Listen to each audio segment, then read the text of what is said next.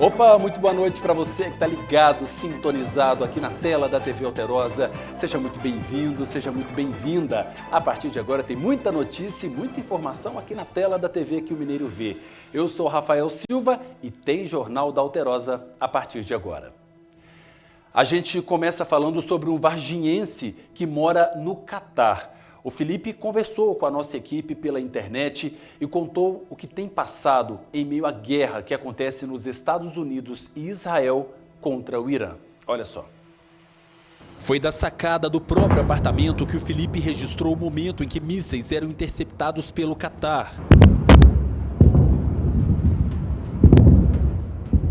A sacada do meu apartamento, a gente viu os mísseis vindo do Irã e o sistema de defesa do Catar praticamente em cima da gente. Parecia fogos de artifício, literalmente, mas não era. O barulho é muito estrondoso, treme todas as janelas e portas e deixa a gente realmente desesperado. Há quase uma semana, o medo tem feito parte da vida dele. Bastante pânico no geral, né? Porque pegou todo mundo de surpresa, por mais que todo mundo já estava vendo as notícias da tensão que estava para começar. Mas depois, de fato, que começa, ficou bastante complicado. A orientação foi ficar em casa, sair somente se for necessário. Foram 3 dias totalmente isolados. O relato é de Felipe Giarola, varginhense, que mora no Catar há 6 anos. Ele é educador físico, professor de jiu-jitsu e coach da Seleção Nacional de Jiu-Jitsu do Catar. Eu vim para o Catar em 2019 para trabalhar nas Forças Armadas como professor de jiu-jitsu e defesa pessoal. Daí veio a pandemia, a maior parte dos coaches que foram contratados foram demitidos, só que por eu ser educador físico eu consegui ficar e atuar na minha área aqui. E hoje a gente abriu uma academia, já vai fazer 1 ano, que a gente atua como escola de jiu-jitsu e personal trainer. Felipe relata que não tem sido nada fácil os últimos dias. Então, eu fico bastante preocupado, tenho vários altos e baixos de emoções. Não é fácil em si, já morar fora é difícil, deixar nosso país, deixar a família. E quando envolve uma situação dessa, que é totalmente incomum, por mais que aqui a gente está no Oriente Médio, onde conflitos é constantemente, mas o Catar sempre foi muito seguro. Aqui, Emirados Árabes, enfim, nunca teve esse tipo de coisa. Então, preocupa demais a gente. A nossa família que fica aí no Brasil fica também bastante apreensiva. Isso deixa a gente mais ansioso aqui. Então, é complicado, mas a gente tem que seguir as orientações, ter fé em Deus e que isso vai passar. A cada mensagem no celular, o medo de que algo possa acontecer. As orientações dadas pelo governo devem ser seguidas à risca. Mensagem no telefone do governo, falando com as orientações de ficar em casa, sair se necessário, tomar cuidado com as crianças, não deixar brincar do lado de fora, né? Porque agora é inverno no Catar, então as pessoas têm muita atividade ao ar livre, então isso está tudo restrito. Posso estar enganado, mas eu estou vendo na sua janela aí que já está começando a ficar noite, ou já é noite. Sim, agora são 5 para 6 da tarde, já é a noite, porque no inverno escurece mais rápido. E aí, quando você olha para a janela e vê que já está à noite, aumenta a ansiedade, aumenta o medo? Aumenta. É impressionante. Qualquer barulhinho a gente fica apreensivo e coisas que a gente nem notava nos dias normais e hoje faz diferença. Tipo, um caminhão passa na rua, a gente já... Que barulho é esse? É triste isso, é realmente desconfortável. O desejo dele e de milhares de outras pessoas é que tudo acabe o mais rápido possível. Espero que... Tenho certeza que o Catar vai continuar fazendo um trabalho muito bom de proteger a gente aqui, né? E eu espero que muito em breve isso tudo acabe, a vida volte ao normal, a gente pode ir e vir e continuar tocando a vida. Se Deus quiser, viu, Felipe? Agradecer a ele, conversei com ele na tarde de hoje, ele direto do Catar, está acompanhando de perto lá tudo que está acontecendo, deixar o nosso carinho para todo mundo que está em meio a esse conflito, né? Mais de 1000 pessoas já perderam a vida desde sábado, quando teve início esses ataques de um lado do outro e as pessoas pessoas de bem no meio de tudo isso, passando por uma situação tão complicada. O que ele quer é só paz, gente. O que as pessoas querem é só seguir a vida. E de repente se vê em meio de conflitos de interesse e uma série de outros problemas que não cabe dizer aqui, mas tantos outros problemas e a população de bem no meio de tudo isso. Vamos torcer para que tudo termine bem o mais rápido possível. Olha, um grave acidente aconteceu hoje na rodovia Fernão Dias, no trecho que corta o município de Guarulhos, na região metropolitana de São Paulo. A batida envolveu um ônibus interestadual e uma carreta. Com impacto, a parte da frente do coletivo ficou completamente destruída. O motorista do ônibus não resistiu aos ferimentos e morreu ainda no local. De acordo com as primeiras informações, o veículo havia saído de Três Corações, aqui no sul de Minas, com destino a São Paulo. 6 passageiros que estavam no coletivo ficaram feridos. Alguns deles precisaram de atendimento imediato das equipes do Corpo de Bombeiros e do SAMU. Pelo menos uma vítima ficou presa às ferragens e foi retirada após o trabalho de desencarceragem. Olha, tá aí imagens desse acidente, esse ônibus que você está vendo aí, ele saiu de Três Corações, da empresa Santa Cruz. Nós entramos em contato com a empresa, mas até o fechamento da edição ainda não havia se pronunciado. Saiu de Três Corações com destino a São Paulo e bateu, gente, olha isso, a frente do ônibus na traseira desse caminhão. O motorista do ônibus morreu na hora, lá no local. Outras 6 pessoas ficaram feridas. Isso aconteceu em Guarulhos, no interior de São Paulo. Ele seguia para a capital, quase chegando ali, quando esse trágico acidente aconteceu ali naquela região. Um caminhão saiu da pista na MG 179, em São João da Mata, e o motorista ficou preso na cabine. Olha só. O caminhão ficou tombado na MG 179 em São João da Mata. Segundo a Polícia Militar Rodoviária, o condutor perdeu o controle da direção do veículo que saiu da pista, parando em um barranco às margens da estrada. Com o impacto, o motorista ficou preso na cabine.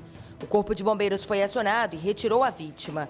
O homem foi socorrido pelo SAMU e levado para o Hospital Samuel Libano, em Pouso Alegre.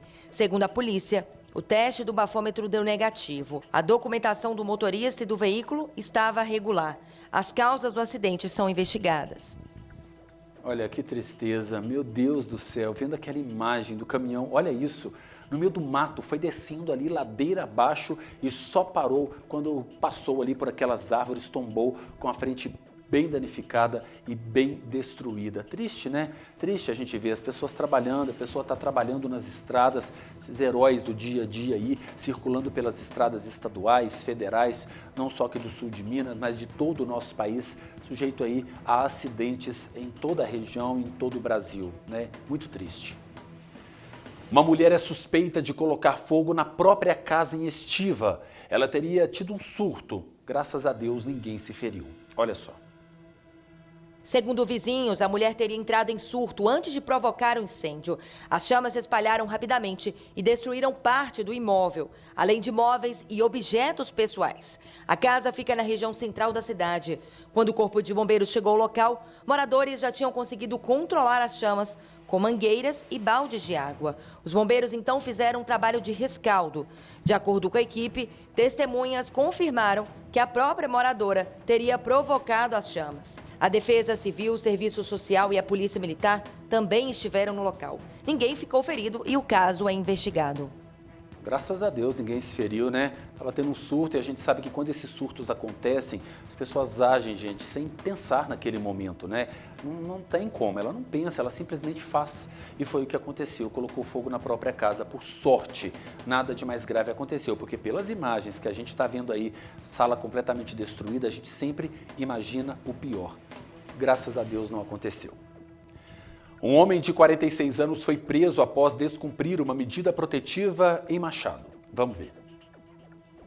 Segundo a Polícia Civil, essa mulher de 53 anos procurou ali os policiais e disse que o ex-companheiro dela, o qual tinha uma medida protetiva contra ele, teria invadido a casa dela e xingado ela de tudo quanto era nome.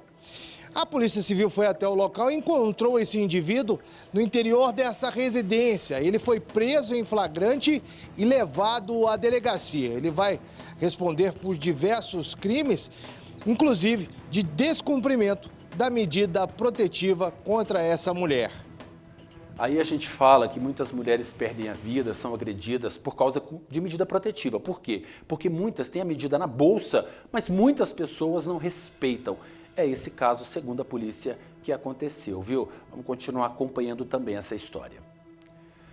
Um homem abandonou 4 filhotes de cachorro na calçada em frente ao Centro de Controle de Zoonoses em Extrema. Em seguida, quando saía do local, ele atropelou e matou um dos cães. Imagens divulgadas em redes sociais mostram o homem estacionando uma caminhonete e retirando os filhotes da carroceria, deixando-os soltos na rua. Ele então volta para o veículo e arranca. Pessoas que passavam pelo local tentaram alertar o homem sobre o filhote no caminho dele, mas o motorista acelera e passa por cima com uma das rodas dianteiras. Uma funcionária do Centro de Zoonoses contou que ela e os colegas ainda tentaram salvar o filhote atropelado sem sucesso. Segundo a funcionária, os outros 3 cachorros estão bem e se encontram no centro aguardando adoção. O homem foi identificado e denunciado à Polícia Militar pelo crime de maus tratos aos animais, mas ainda não foi localizado. Olha as imagens, olha, a gente começa a ler essa nota, já fica triste pelo abandono. Já começa errado por aí. A gente já pensa, poxa, como é que a pessoa chega, abandona os cães? E aí depois você vê que pode ficar ainda pior, que esse homem acaba acelerando o veículo e acaba passando por cima. Olha, ele vai arrancar, entrou no carro, olha, entrou na caminhonete. Quando ele acelera, olha, dá para ver que ele passa ali em cima, as pessoas correm atrás, tentam alertar, mas não tem jeito. Ele foi identificado, portanto, e já denunciado à polícia. Maus crimes, maus tratos aos animais é crime. E ele, com certeza, se ficar comprovado isso aí, ele pode responder por isso. Mais um feminicídio foi registrado na nossa região. Uma mulher de 48 anos foi morta a facadas em São Sebastião do Paraíso.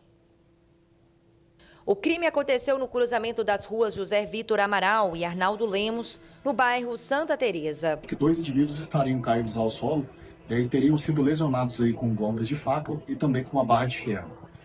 De imediato, a Polícia Militar compareceu no local e se deparou com 3 indivíduos caídos no solo, sendo que uma mulher estava bastante ensanguentada e, em contato com ela, ela informou que estava na porta de sua residência. A oportunidade que o indivíduo chegou com uma barra de ferro numa mão e uma faca de cozinha na outra e passou a agredi-la com ambos os objetos. Nesse momento, ela passou a gritar, pedir socorro, sendo que sua filha saiu de sua residência e tentou ajudar a mãe contra esse agressor. Segundo a polícia, a vítima, uma mulher natural de Nova Europa, no interior de São Paulo, e moradora de São Sebastião do Paraíso, não resistiu aos ferimentos. A filha dela, de 20 anos, também ficou ferida e foi socorrida. O estado de saúde ainda não foi informado. Ela tomou a barra de ferro desse indivíduo, agrediu ele, porém também acabou sofrendo aí um golpe de faca na região da cintura. Quando a Polícia Militar chegou ao local, os 3 indivíduos estavam caídos ao chão. Chamamos o SAMU, oportunidade que compareceram 2 viaturas do SAMU, socorreram a vítima ainda com vida, tentou reanimar ela com desfibrilador e injeção de adrenalina para tentar estabilizá-la e levá-la ao hospital. Assim que chegaram ao hospital, passados poucos minutos, o médico já saiu da sala de emergência e informou à Polícia Militar que essa mulher havia falecido. O suspeito do crime é um homem de 31 anos, natural de Franca, em São Paulo, e também morador de São Sebastião do Paraíso. A motivação do crime aí se deu tendo em vista aí o tráfico de drogas. A vítima, ela já possuía algumas denúncias aí de que ela realizava o tráfico de drogas em sua residência, e oportunidade em que o autor também assumiu a prática do crime, falando que ele estava devendo drogas para a vítima. Oportunidade em que ela cobrou ele, ameaçou ele, e então ele foi acertar as contas com ela. A faca usada no crime foi apreendida e o caso é investigado. Aí ele foi prestar contas com ela, disse o policial, né? Até quando? Até quando as mulheres estão pedindo socorro? As mulheres estão clamando por ajuda. As mulheres só querem isso, não está pedindo mais nada não do que não é direito delas, de ter proteção. Pelo amor de Deus, esse monte de mulher sendo morta todo dia, o que precisa mais acontecer para que algo seja feito, para que as nossas autoridades segurem as mãos dessas mulheres e tirem essas mulheres desse poço que parece que não tem fim? O que vai precisar acontecer? Quantas vidas mais precisam ser perdidas? Quantos pedidos de socorro são necessários para ajudar essas mulheres? Gente, elas só querem proteção, só isso, elas só querem segurança. triste e lamentável. Mais uma vida de uma mulher aqui da nossa região que se vai. Eu vou para um rápido intervalo e na volta a gente mostra que a Prefeitura de Varginha começou a operação Voo pela Saúde, uma força-tarefa para intensificar o combate à dengue no município. Vamos trazer também a previsão do tempo completa. Os detalhes já já.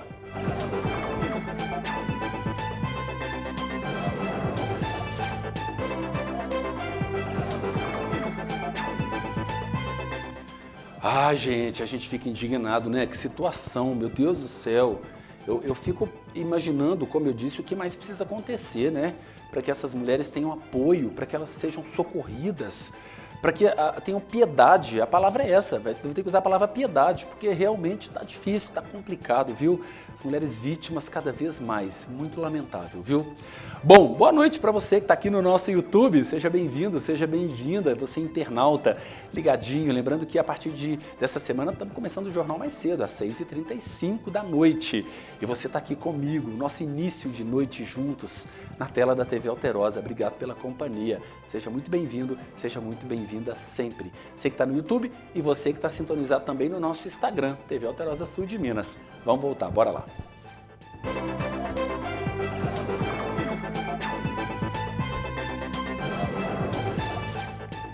Estamos de volta aqui na tela da TV Alterosa, é o Jornal da Alterosa, a edição regional. Seja sempre muito bem-vindo. A Prefeitura de Varginha começou a operação Voo pela Saúde, uma força-tarefa para intensificar o combate à dengue no município. A ação conta com o uso de drones em parceria com o governo do estado. Olha só. De acordo com o setor de vigilância ambiental da Secretaria Municipal de Saúde, a ação acontece ao longo de toda a semana. A operação Voo pela Saúde conta com a ajuda de drones. Segundo a Prefeitura, a tecnologia permite identificar possíveis criadouros do mosquito em áreas de difícil acesso, como telhados e terrenos fechados. Nesta etapa, a operação abrange diversos bairros pela cidade. A Prefeitura reforça que a participação da população é fundamental. A orientação é eliminar qualquer foco de água parada, principal criadouro do mosquito Aedes aegypti. O objetivo é reduzir os casos e evitar o avanço da doença na cidade. Olha, é o momento de proliferação do Aedes aegypti. O que ele precisa? Água parada e calor. E é justamente esse momento que nós estamos vivendo, né? Vamos trazer daqui a pouquinho a previsão do tempo, mas os termômetros estão batendo 30 graus, um calor durante o dia. Tem chovido em vários pontos, portanto tem muita água parada. E aí, gente, esse é o cenário ideal para aquele mosquitinho ali, para que ele possa se procriar. E aí, gente, quando ele se procria, a gente sabe o que acontece, né? Vivemos aí há 2 anos um surto de dengue no nosso estado, muitas mortes aconteceram em toda Minas Gerais, então vamos nos cuidar, pelo amor de Deus. Falei agora há pouco do tempo, vamos ver então como fica o tempo aqui no sul de Minas para amanhã, na nossa região. A gente fala de Varginha, Poços de Caldas, Pouso Alegre, Passos e São Tomé das Letras. Como eu disse, o calorão tá aí, viu? Em Varginha, em todas essas cidades, gente, primeiro muitas nuvens com possibilidade de chuvas em pontos isolados. Começando por Varginha, os termômetros devem oscilar dos 18 aos 29 graus. Em Poços de Caldas, dos 17 aos 28, Pouso Alegre, máximas de 30 graus, mesma temperatura de Passos, e em São Tomé das Letras, durante a noite um pouquinho mais de frio, lá venta bastante, né?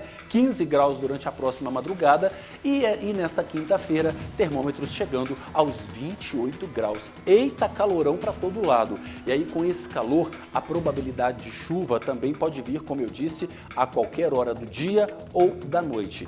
Não é uma chuva volumosa, não. Geralmente é uma chuva, como está escrito ali, com muitas nuvens, sol aparece em pontos isolados. E aí, gente, é esperar para ver, porque, como eu disse, chove num bairro, não chove em outro. Essa chuva em ponto isolado realmente chove numa cidade, não chove na outra, né?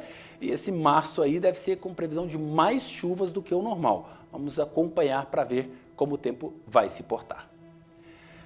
Um tamanduá-bandeira foi resgatado pelos bombeiros após aparecer no quintal de uma casa na zona rural de Campo Belo. Olha só.